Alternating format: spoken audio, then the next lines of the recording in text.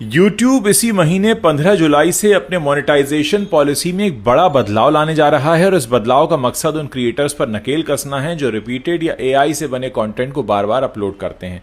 Company का focus अब original और क्वालिटी कंटेंट को बढ़ावा देना है। दरअसल आज YouTube ने अपने सपोर्ट पेज पर बताया कि YouTube पार्टनर प्रोग्राम के तहत अब मास प्रोड्यूस्ड और रिपीटेटिव कंटेंट की जांच और सख्त होगी।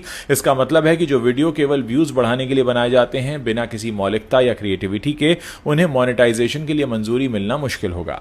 YouTube का कहना है कि यह कदम प्लेटफॉर्म पर ऑथेंटिक और मूल कंटेंट को प्राथमिकता देने की दिशा में है।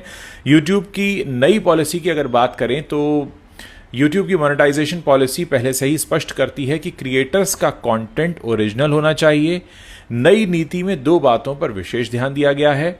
पहला तो यह कि कंटेंट की रियलिटी यानी कि किसी और के कंटेंट को बिना पर्याप्त बदलाव के इस्तेमाल नहीं किया जा सकता। अगर कोई कंटेंट कहीं और से लिया जाता है तो उसे इसी तरह से मॉडिफाई करना पड़ेगा जिससे कि वह नया और क्रिएटर का अपना लगे। और दूसरी बात यह है कि रिपीटेड कंटेंट पर रोक लगेगी।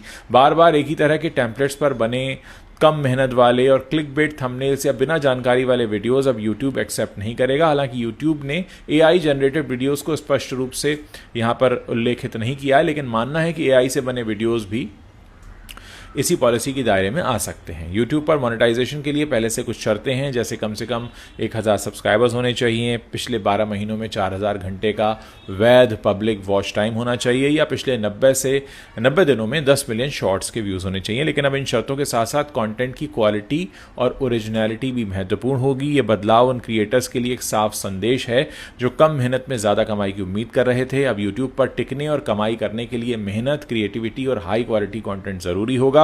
अगर आप YouTube पर अपनी पहचान बनाना चाहते हैं तो ओरिजिनल और वैल्यू देने वाला ही कंटेंट बनाइए।